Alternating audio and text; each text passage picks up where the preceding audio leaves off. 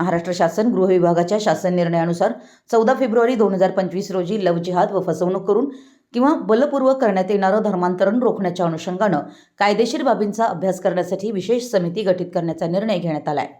या समितीच्या माध्यमातून राज्यातील परिस्थितीचा अभ्यास करणे, प्राप्त झालेल्या तक्रारींचा आढावा घेणे, इतर राज्यातील कायद्यांचा अभ्यास करणे व आवश्यक असल्यास कायद्याचा मसुदा तयार करणे अपेक्षित होतं। मात्र शासन निर्णयास 1 वर्ष लोटूनही अद्याप यावर कोणतीही कार्यवाही झालेली नाही आहे।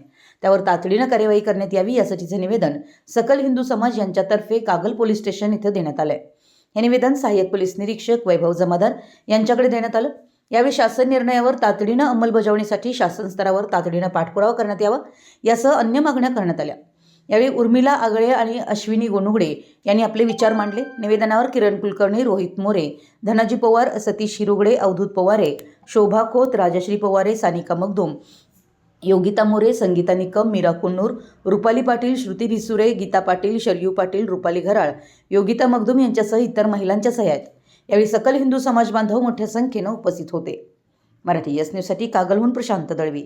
येतोय सरकारला की ते आमच्या म्हणजे मुली असू देत असं परिसरातल्या सगळ्या भागातल्या कुठेही गेलं तरी मुली सुरक्षित नाही आहेत आणि गोमाता ही आमच्या सुरक्षित नाही आहेत। मग त्यामुळे हे सगळं कुठेतरी थांबावं आणि ह्याचा लवकरात लवकर निर्णय व्हावा एवढीच आमची मागणी आहे।